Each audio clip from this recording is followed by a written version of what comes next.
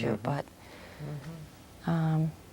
not being able to get up, not being able to, I still can't go into school for, well, Elizabeth had that, The that presentation, right, conference, whatever it was. And what I don't want, it's not their fault. It's not, I'm not saying by my not going, I'm angry with you, or I don't think I am, but I guess that's what the link is with both my parents or my family, is that the things that I never, I think now that things that I never made me upset or angry because I just went along, but maybe they did. You feel that you may have been upset or angry about things and sort of glossed over it or put it out of your mind? I don't know. I can't remember back everything as a child, but I don't think children, I don't know, you know better than I do with this, but I don't remember thinking, I'll just ignore it. I think you just, you have things to do and you do them. Yeah. And that's the way it is. Yeah, but in the back of your mind, you've got to be thinking that, yeah, well, that's the way it is in this family, but, it's not like that at my friend's house. It's not like that over here. It's not like that over there. So even though you become accustomed to it, but in the back of your mind, you've got to be thinking, it is different.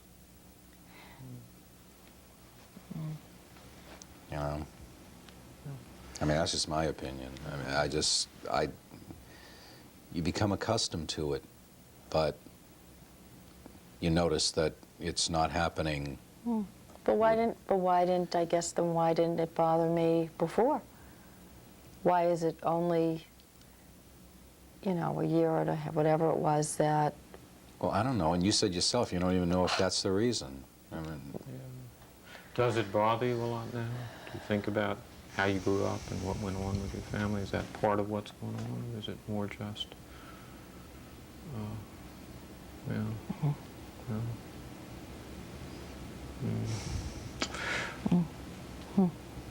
And can you tell me any more what the days have been like for you? Have you been crying a lot? Have you been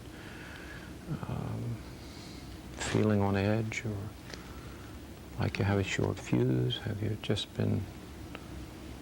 It's just very tired. Just everything is so difficult to do. It's especially difficult in the morning.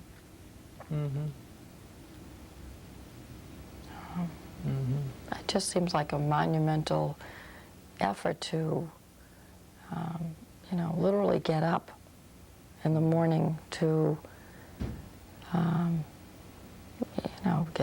literally just sit up in bed and get up. It doesn't hurt. I mean, it's not. Do you find that you feel like crying a lot, or that you feel very sad? Do you find... There are periods where it just, it's almost like records playing in my mind, and then that will prompt crying. But sometimes it's not crying, but it's just a terrible feeling of this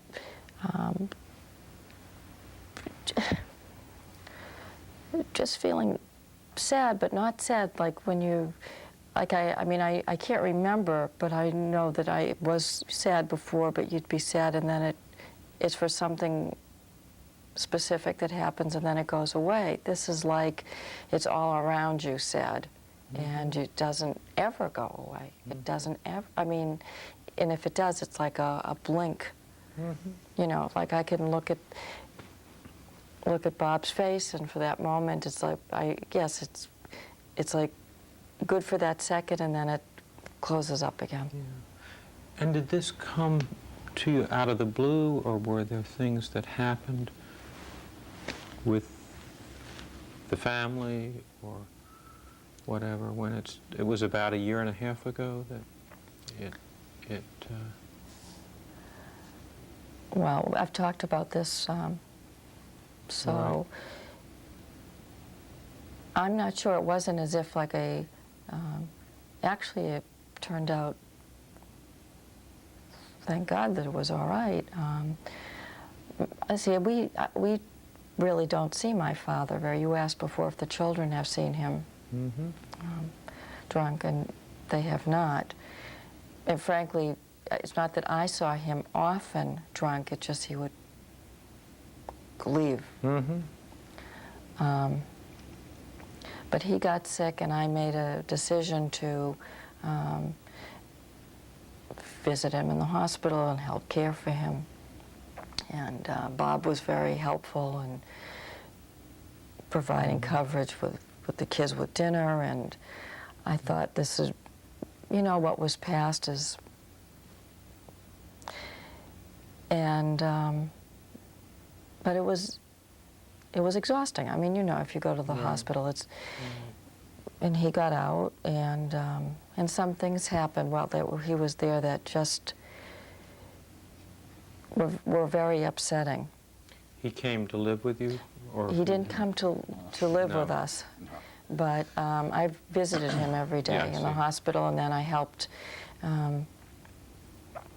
He actually went into a, well, not a nursing home per se, but a, you know, for rehabilitative, and then, To dry out, basically. well, no, it was with his liver and everything. And,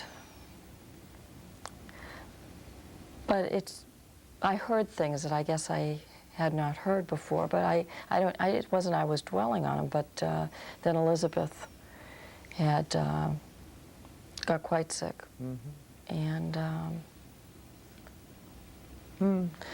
after that, that's when it happened. Yeah, and just so that I understand and maybe can help you make sense of it, what, was your mother in the picture at all? My mother's dead. And how long ago did she pass away? She died, it's about 12 and a half years ago. And when you say you heard things from your father, was that about you growing up, or about?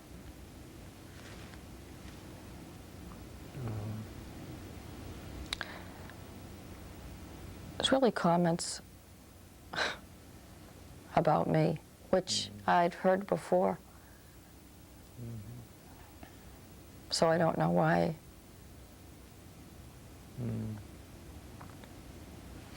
But negative comments, or critical, or no?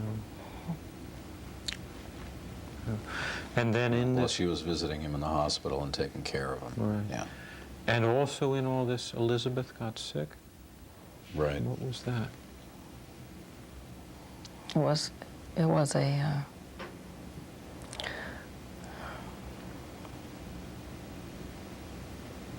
but It was an infection.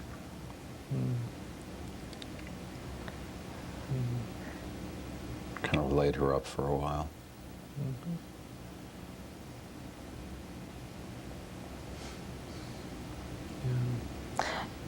well, I mean, I don't understand it, so I can't say to you, this is it, But just, is the infection over with Elizabeth? Is that something that's? Oh, yeah, Yeah. that's Yeah. ancient history in Yeah. a 12-year-old's mind at this point. Yeah, that's. But all these things came together at once, and then you, Marlene, had a period when you, it just sort of just like snowballed. a hammer. yeah. It was like, while all this was going on, you were fine. And then when everything was over and everybody was healthy, it's like all of a sudden you crashed. I don't know. Yeah. Is that what happens? It happens a lot, actually. Yeah, and You're all right through a period of extreme stress, and then yeah, when it's over, you crash? Is it like that? that often happens. And I thought I might tell you a little bit about what a lot of people's experience with depression is, and something about what we know about kids, but I wanted to be sure that were there other parts of the story, of your story, that were really important? Were there other things about this either as you lived it or as your kids lived it, that are really important?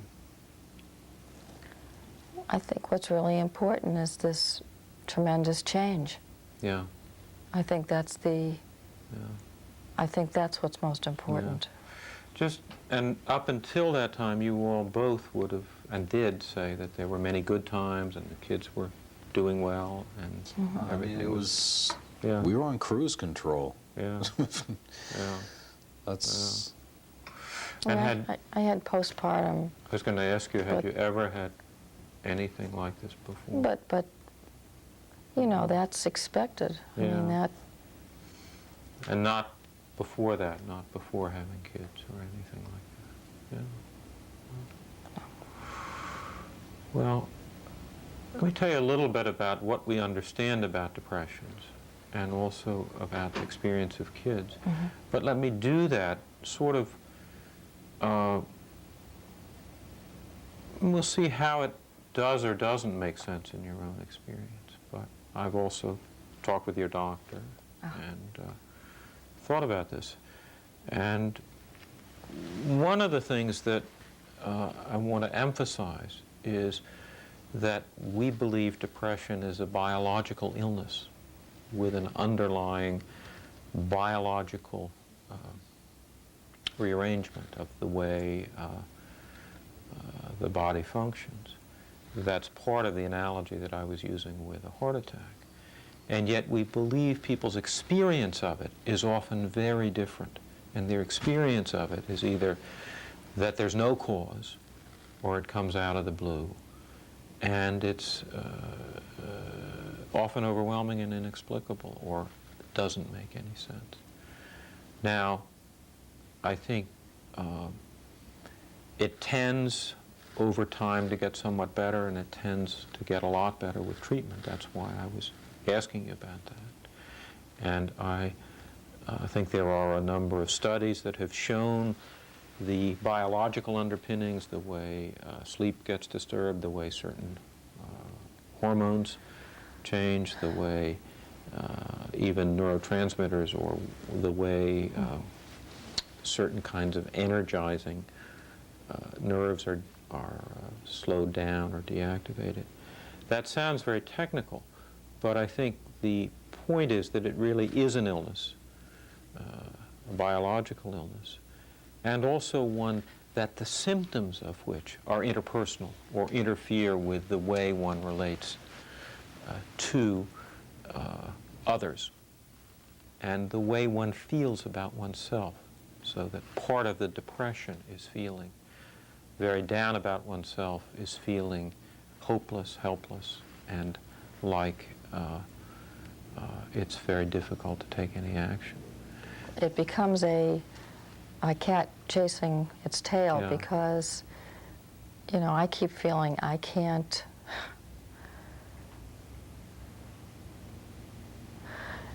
I don't know what to do. I can't seem to do anything. I keep wanting to be better. I keep wanting to be the way I was, but I can't do it. Yeah. And that gets tied in with being a mother, too, because I know I haven't been a good mother since this happened, and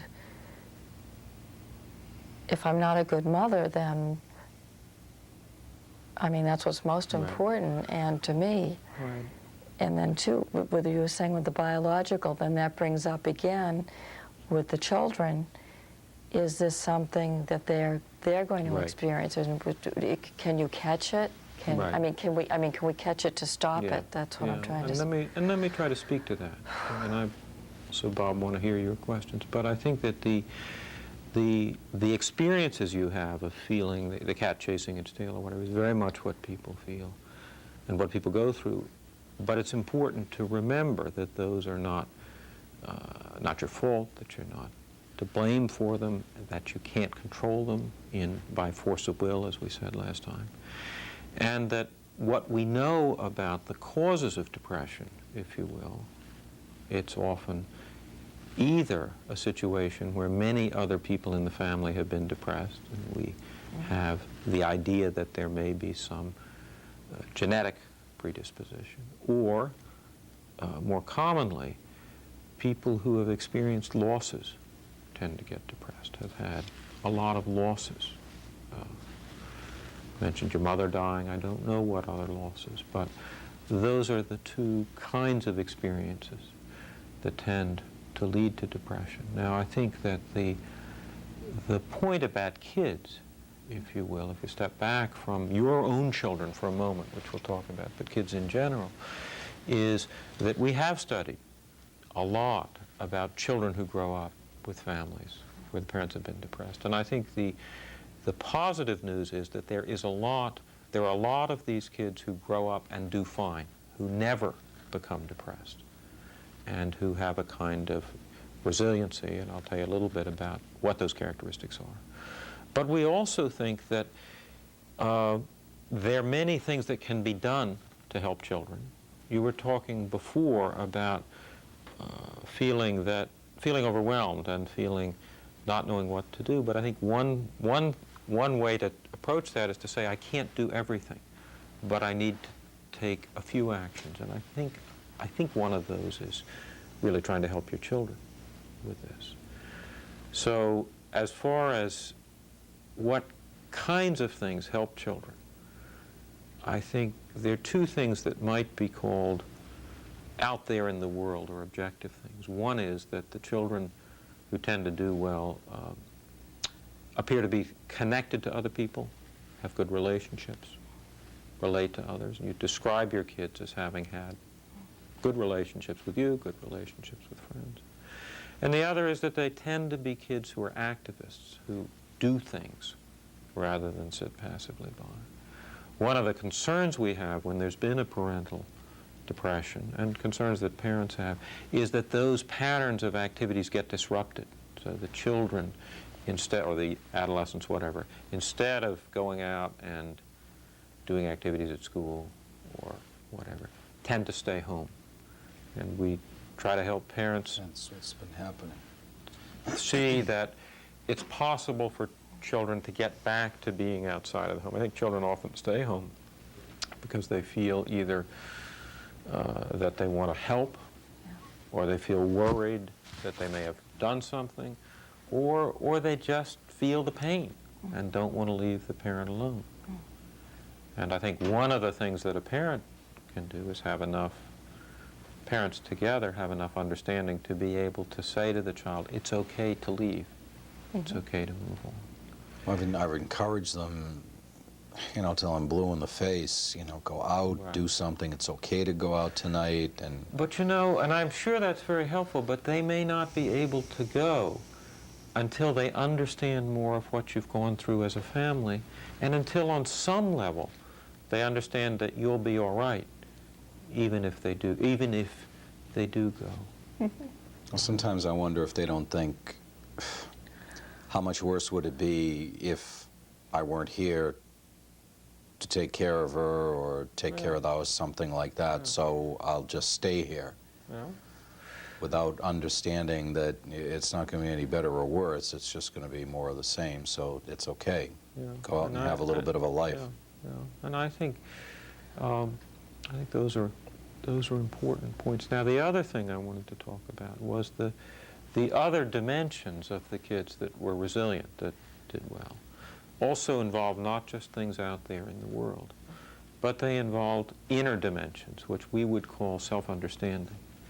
And the understandings of these kids, and we've studied a lot of them, have to do with the fact that they believe that they are not the cause of their parents' illnesses, that they're not to blame, they're not responsible, and that it is all right to go on with their own lives. All the kids we studied who were resilient had that sense. And one of the things I really have a sense of with you is that may be one of the things that you want to tell them about. Now, another part of this is to try to speak to some of the experiences that they've been through, to come back to what I said before, that if they've seen you in bed a lot and see you now still in bed some but getting stronger, to talk about that. We didn't have a lot of time yet to talk about it, but if Christmas were had been a particularly bad time, maybe to at least talk a little about how that was. And I think to give you the answer that you keep asking about, will the kids catch it? Yeah. No, it's not contagious like an infectious disease at all. But I think that there is a sense of the things we can do to help children, to help them get relationships, to help them understand, to help them move independently. And there's also, if you will, the other side, which is there's a great deal that we can do if they begin to get into trouble, if they begin to get sad or withdrawn, if they begin to look like they really need some help. And that is to get help quickly and to really pay attention to what's going on with them. So even in a situation in which a child begins to get into some change from usual functioning, there's a great deal that we can do. And so I think much of what I'm trying to tell you tonight is kind of our experience with lots of kids, and then see whether that makes sense to you and whether that's something that you would want to talk to about your kids, with your kids, Yes. with my help. It all sounds good. It all makes perfect sense. Yeah. I mean, how does it sound to you? I think it's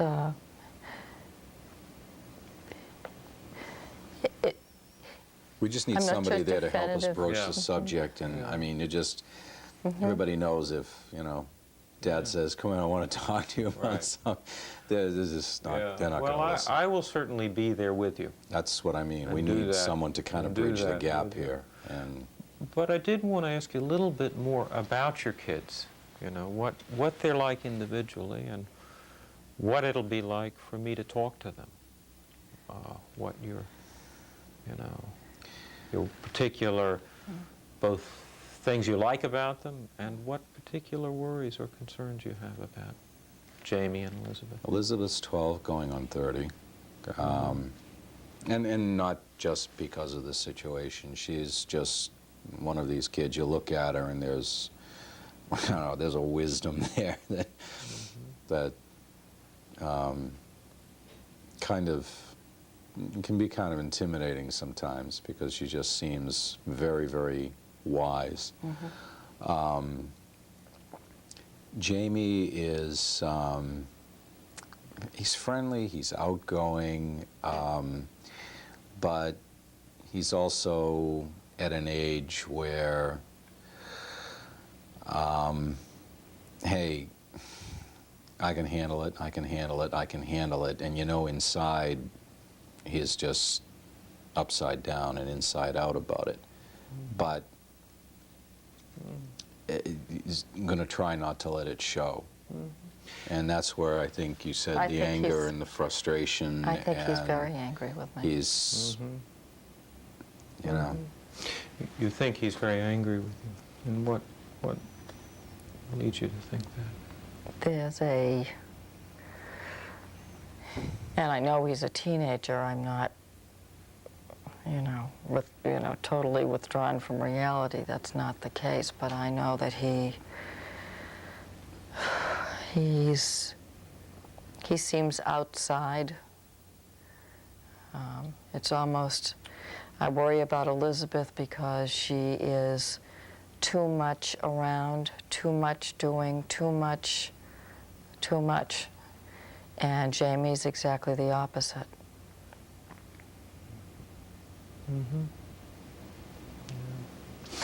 Were you and Jamie close before all this came out? Well, yeah. yes, I think they're the books, with the mother's son. I think there is. I think there is, and you have Elizabeth, and we both have. They're very good kids. Yeah. I think where Elizabeth has recognized that, on one hand you get Elizabeth, she's recognized there's a problem and she's doing what she can to help make it better. Jamie, I think, sees as a problem. I don't know, I think he feels betrayed, tell you the truth. Almost like we let them down or something by showing a weakness or something like that.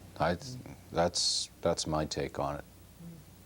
And I think that's why maybe he might be frustrated or angry. Maybe he is angry. I'm saying frustrated. Maybe I just don't want to say angry. Maybe he is. Maybe he's just ticked off. Has either one of them been doing any things that really worry you? Anything really out of the ordinary? Have they been...